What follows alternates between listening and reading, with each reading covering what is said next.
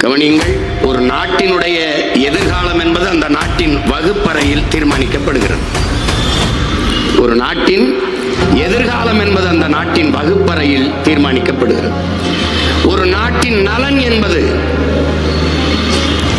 அந்த நாட்டின் ஒவ்வொரு வீட்டின் சமையலறையில் தீர்மானிக்கப்படுகிறது.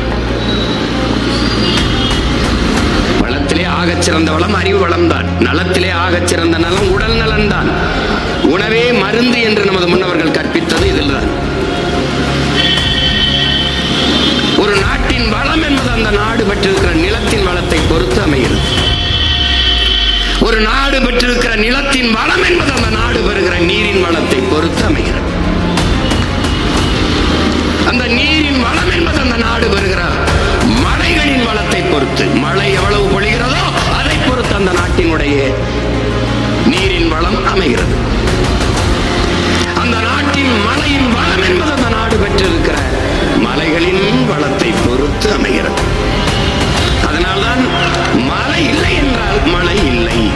திரள்வோம் திரள்வோம் பகை மிரள திரள்வோம் திரள்வோம் திரள்வோம் தீந்தமிழ் இனத்தீரே திருச்சியில் திரள்வோம். February 21 அந்த மாநாடு என்பது மாற்றத்தை விரும்பும் மக்களின் மாநாடு.